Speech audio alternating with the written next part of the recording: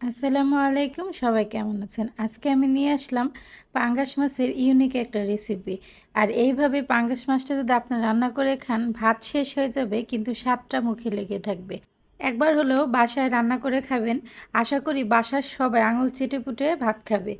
এখানে আমি চুলায় প্যান বসিয়ে দিয়েছি।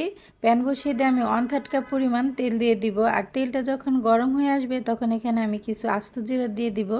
আর জিরাটা ফুটে আসার পরে এখানে আমি পেঁয়াজ কুচি দিয়ে দিব 1 কাপ পরিমাণ। আর 5 থেকে 6টা কাঁচামরিচ ফালি দিয়ে দিব। আর দিয়ে দিব আমি হাফ চা চামচ লবণ। দিয়ে আমি এই পেঁয়াজগুলো নেড়ে চেড়ে একটু নরম করে নিব, লাল করে নিব না। যখন পেঁয়াজটা একটু নরম হয়ে যাবে সেই পর্যন্ত আমি এই পেঁয়াজটা ভেজে নেব। যখন এভাবে পেঁয়াজটা একটু নরম হয়ে এসেছে, এখন আমি মশলা দিয়ে দিব আমি এখানে 1 চামচ হলুদের গুঁড়া, 1 চামচ মরিচ বাটা, 1 চামচ ধনিয়া বাটা আর 1 চামচ জিরা বাটা দিয়ে এখন আমি এই মশলাগুলো পেঁয়াজের সাথে নেড়েচেড়ে একটু মিশিয়ে নিব আর ভেজে নিব। আপনারা এইভাবে যদি পাঙ্গাস মাছটা বাসায় রান্না করেন, সেদিন আপনাদের ভাত শেষ হয়ে যাবে কিন্তু কারোই পেট ভরবে না, এতটা মজা হয়। মশলাটা একটু ভাজা হয়ে গেলে এখন আমি দিয়ে দেবো 1 চামচ আদা বাটা রসুন বাটা। এখন এই আদা বাটা রসুন বাটা আমি সুন্দরভাবে মশলার সাথে আবারও কিছুক্ষণ নেড়েচেড়ে ভেজে নিব। আদা রসুন বাটাটা আমি পরে দিয়েছি কারণ যাতে আদার ফ্লেভারটা একটু থাকে। এখন আমি দিয়ে দিব সামান্য পরিমাণে পানি। পানি দিয়ে আমি মশলাটা সুন্দরভাবে কষিয়ে নিব যাতে পুড়ে না যায়, এজন্য আমি একটু পানি দিয়েছি। পানি দিয়ে মশলাটা কষানো হয়ে গেলে আমি আবারও পানি দিয়ে দিব একটু।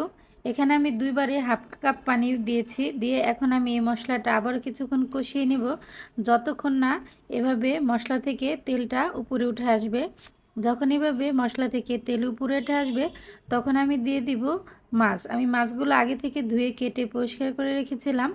এখন আমি এই মাছগুলো এই মশলার মধ্যে দিয়ে দিব। এখন আমি মাছগুলো দিয়ে দেওয়ার পরে একটু সময় নিয়ে নেড়েচেড়ে এই মাছটা কষিয়ে নিব। আর এই সময় চুলার আঁচটা আমি মিডিয়াম আঁচে রাখবো।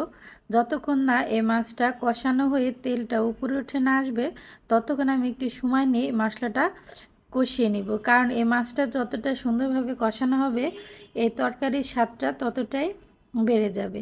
এভাবে মাছটা যখন কষানো হয়ে তেল উপরে উঠে আসবে তখন আমি দিয়ে দেব 1 কাপ পরিমাণ পানি। এখানে পানি বেশি অ্যাড করা যাবে না, 1 কাপ পরিমাণ পানি দিয়ে আমি এভাবে সবগুলো মশলা আর মাছ পানির সাথে নেড়েচেড়ে মিশিয়ে ঢাকনা দিয়ে ঢেকে দিব। ঢাকনা দিয়ে ঢেকে দিয়ে আমি 5 মিনিটের মতো রান্না করে নিব। 5 মিনিট পরে ফিরে এসেছি। ঢাকনা খুলে এখন আমি নেড়েচেড়ে মাছগুলো ভেঙে দিব। প্রত্যেকটা মাছ আমি এভাবে চেপে চেপে ভেঙে দিব। ভেঙে দেওয়ার পরে আমি ভিতর থেকে কাঁটাটা বেছে ফেলে দেব। সাধারণত এই পাঙ্গাস মাছে বেশি কাটা হয় না, শুধু মাঝখানে একটা কাটা থাকে, তাই বাচ্চারা বড়রা সবাই অনেক পছন্দ করে। এভাবে মাছটা ভাঙা হয়ে গেলে আমি নেড়েচেড়ে মাছটা যতক্ষণ পর্যন্ত ভাজা ভাজা না হয়ে তেল উপরে উঠে আসবে ততক্ষণ পর্যন্ত আমি রান্না করে নিব। এই সময় চুলার হিটটা আমি হাই হিটে দিয়েছি। এভাবে আমি অনবরত নেড়েচেড়ে রান্না করে নিব যাতে নিচ থেকে লেগে না যায়। এখন আমি এখানে একটা লেবু নিয়েছি আর লেবুটা একটা গ্রেটার মেশিন দিয়ে এভাবে আমি গ্রেট করে লেবু দিয়ে দিব। আর লেবুর উপরে সবুজ অংশ দিব। খেয়াল রাখতে হবে সাদা অংশটুকু যেন না কেটে যায়, তাহলে তিতা লাগবে, তাই শুধু লেবুর সবুজ অংশটুকু দিতে হবে। দিয়ে এভাবে নেড়েচেড়ে নিব। আপনারা এখানে লেবুর বদলে লেবু পাতাটাও দিতে পারেন, কিন্তু শহরে যারা থাকি তারা তো লেবুর পাতাটা পাওয়া যায় না, এজন্য লেবুর পাতার পরিবর্তে আমি এখানে লেবুর সবুজ অংশটুকু দিয়েছি। এভাবে রান্না করতে করতে তেল উপরে উঠে এসেছে আর আমার এই মাছের অসাধারণ রেসিপিটা রেডি হয়ে গেছে। এখন আমি একটা প্লেটে সার্ভ করে নিব। দেখতেও যেমন অসাধারণ হয়েছে আর খেতেও মাশাআল্লাহ অনেক মজা হয়েছে। আবার আসবো নতুন কোনো রেসিপি নিয়ে, ততক্ষণ সবাই ভালো থাকবেন।